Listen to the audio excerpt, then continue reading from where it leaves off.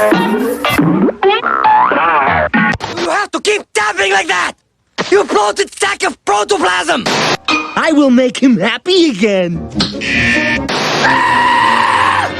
You idiots!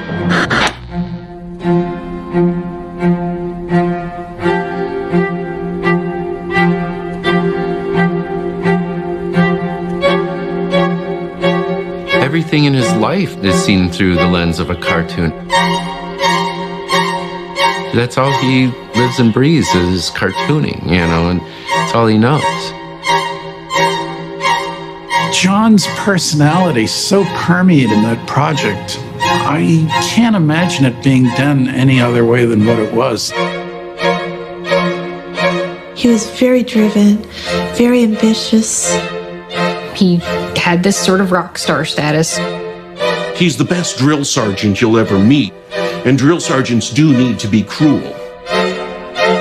But underneath it all was just very ugly undercurrent. The whole thing is tragic. It is like a Shakespearean play.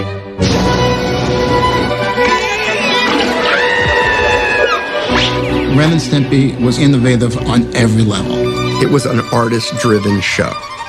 The drawings, the paintings, the characters, the voices. Why won't they leave me alone?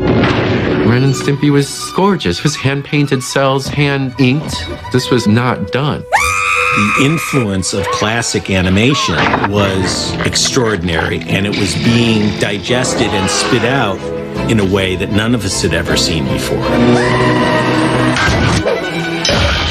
I thought it was like Tom and Jerry. If Tom and Jerry opened up a portal to, hell. It was unapologetic and disgusting. And you never got to see that stuff on other cartoons. It's not just raunch. It's also like getting deep into the experience of the characters. Ren and Stimpy kind of opened the doors, saying to everyone out there, no more rules.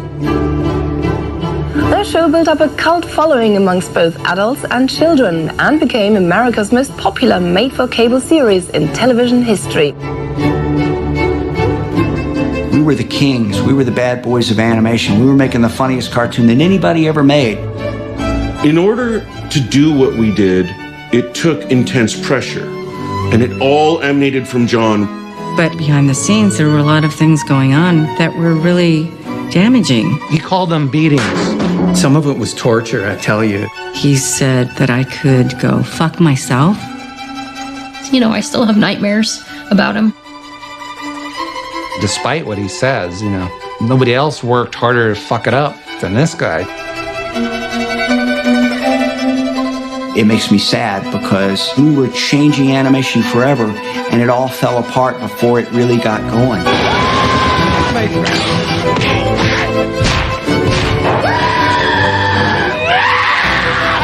Every single Ren and Stimpy cartoon that was made with a certain amount of pain involved.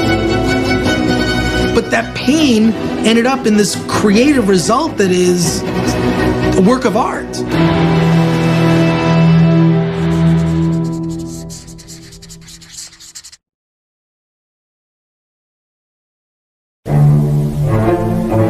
A single sentence explanation of Ren and Stimpy. Let's see. Where do you start?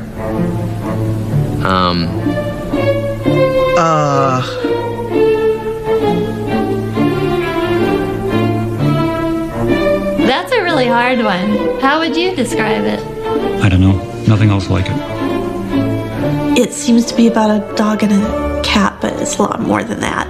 It's an animated show about two friends who happen to be a dog and a cat. They live on the precipice of insanity and death. Dead! Dead, you idiot! You know what dead is? Just like we'll be when we don't get out of here! Even though now looking back, of course, there was stuff that adults would get, it felt like something that was just ours, and it was weird, but like you were part of it, like you just got it. It was ostensibly a children's show. It wasn't a primetime television series. It was a children's cartoon. What a good boy! Who pees in a children's cartoon. I mean, like a children's cartoon where you have a character named George Liquor. A children's cartoon where you have a ghost that comes back alive as a fully naked black man. Man, what a blast! What?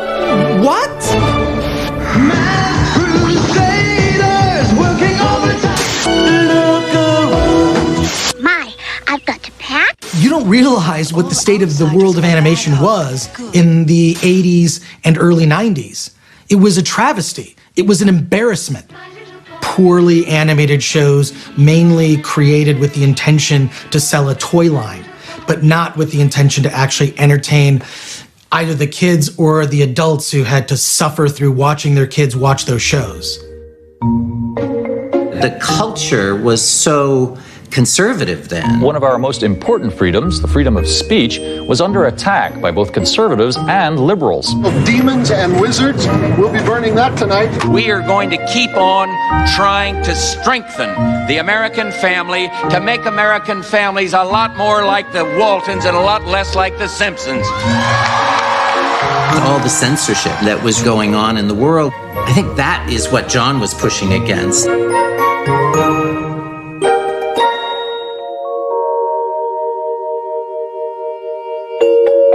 John's a great designer, and he designed a lot of the characters. He was doing the stuff we'd all thought about doing, but nobody had the nerve to do. You know, he was sort of the Andy Warhol of animation back then. The guy that people were getting around, and people were thinking, wow, this guy's the new talent in town.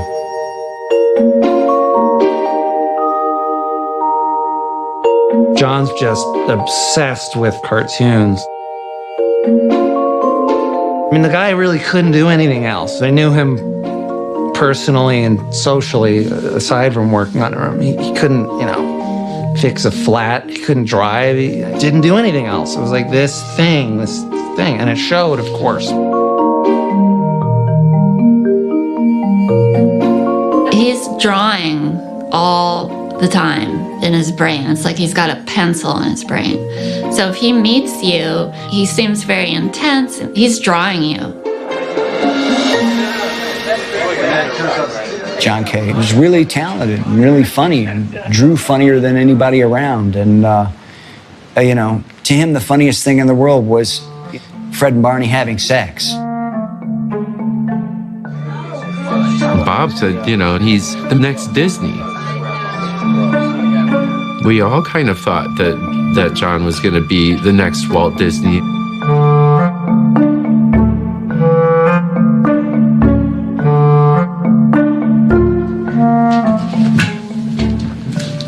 Yeah, I don't know if this thing... No. I'll just try to remember to sit up straight. So remind me if I start slouching, which is my normal position.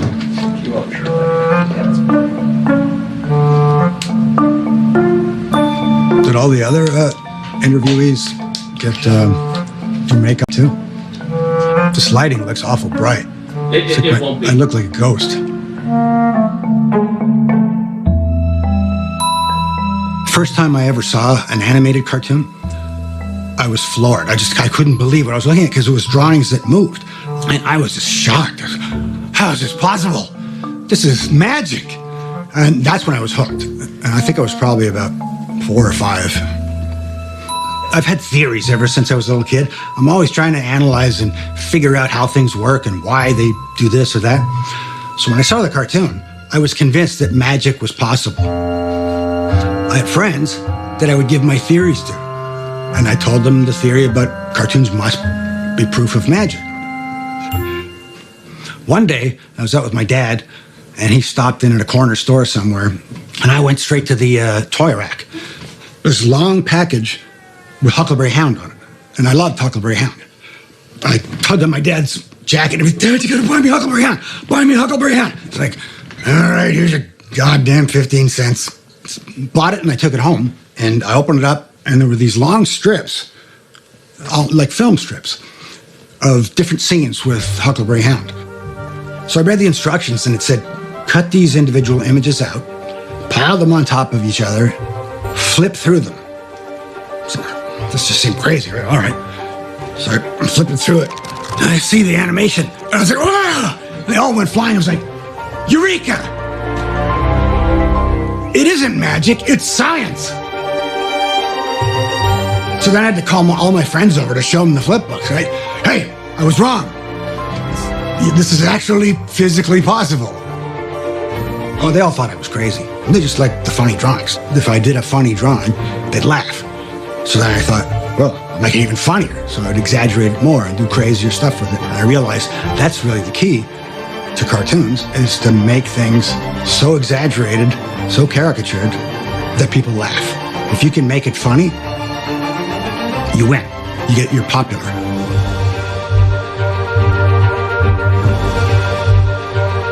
I saw a postcard with a picture of a chihuahua in a sweater standing next to this woman's leg. You could tell that the dog hated the sweater. It was humiliating to have to wear this sweater.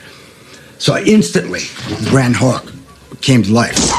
From this, I kept drawing him, and he eventually morphed into something like this. His head was kind of egg-shaped, had long ears. Stimpy, well, I started drawing him, but it didn't really look at all like Stimpy. Originally, it was just me doodling from memory the cats from the comic book cartoon called Gruesome Twosome that had these cats in it that had big bulbous noses. I didn't really discover Bob Clampett fully till I was an adult. When I saw his cartoons, I was just floored because they pulled you into them. Come on out! The early cartoons were animated, drawn, designed, painted by professionals. People who had learned step by step through the 30s and 40s. I watched the decay of animation, which shocked me because I didn't think anything could make cartoons bad. I was an idiot. I was naive. I thought, we'll change it. And somehow I convinced a handful of my friends that it might happen. But I don't think they ever really totally believed it. I think Lynn did, because she had a lot of faith. I was a huge fan of his drawings. He'd sit down and do these incredible drawings, and I'd just sort of toss them aside. And I used to just pilfer them, like I used to steal them and put them in files at one point. It was ridiculous. And so I geek out over his creativity and his ability to just get something down right away, like immediate results. At some point, Lynn and I made these presentation art and story Bibles.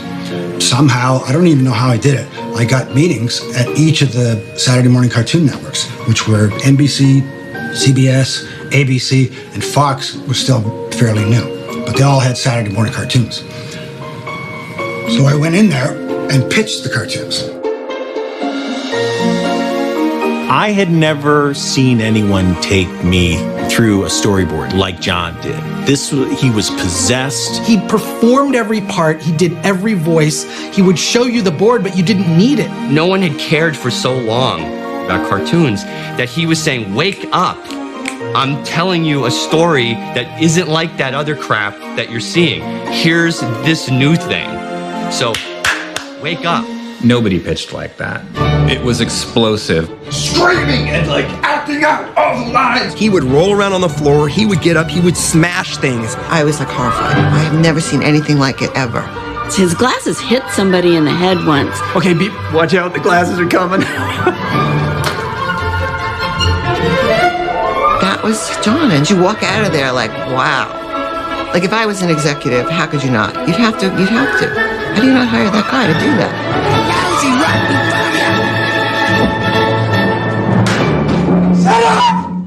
The executives in those days were mostly like moms. The cartoons were full of morals and dumb stuff, and they were completely bland. So all of a sudden, I come in with all these specific ideas and making fun of morals and things.